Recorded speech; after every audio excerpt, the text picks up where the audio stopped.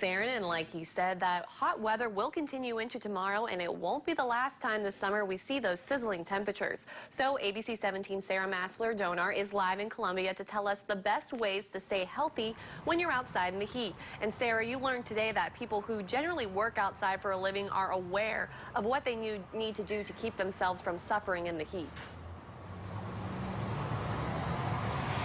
Construction workers, landscapers, firefighters, garbage collectors, they all have to be ready for the heat, Taylor. And as Aaron said, and I'm standing outside, right, 91 degrees on the Commerce Bank sign. So Aaron told you it is in the 90s today, so it is hot. So for those of you, though, who aren't really used to working outside in the heat like some of those other professions are, I spoke with a doctor and a firefighter today who tell me that you really need to be drinking lots of water. So if you're outside working in the garden or doing something else, have your water. And I have my water bottle right here. Now, I'm told you should probably be drinking about a gallon of water a day. So this is a 20-ounce water bottle, so I probably have about 7 more bottles of water to be drinking today if I want to be safe out here in the heat and keep hydrated so I can avoid getting any kind of heat exhaustion or heat stroke. But in this heat, it is a good idea to save serious outside work for early mornings or later in the evening. So maybe after the show, you can head out and get some of your work done as it cools off out there.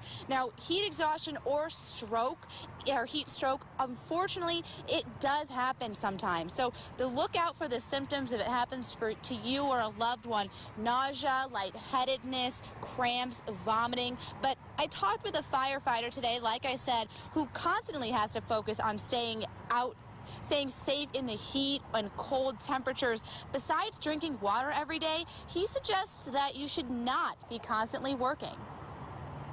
People need to take those frequent breaks so you don't get in that situation. Work for 20, 30 minutes and then go take 20 or 30 minutes in a cooler environment. Get out of the environment in which you're in, cool yourself down, get plenty of fluids, and then go back to work. So the doctor and the firefighter I spoke with, both of them say very young kids and the elderly are really susceptible to these kinds of extreme temperatures. So it's a really good idea then to make sure you're keeping your young kids or your grandparents or your parents, keep them out of the sun for as long as possible and make sure you're keeping an eye on them so you can bring them inside if they've had too much sun. Reporting live here in Columbia, Sarah Massler-Donar, ABC 17 News.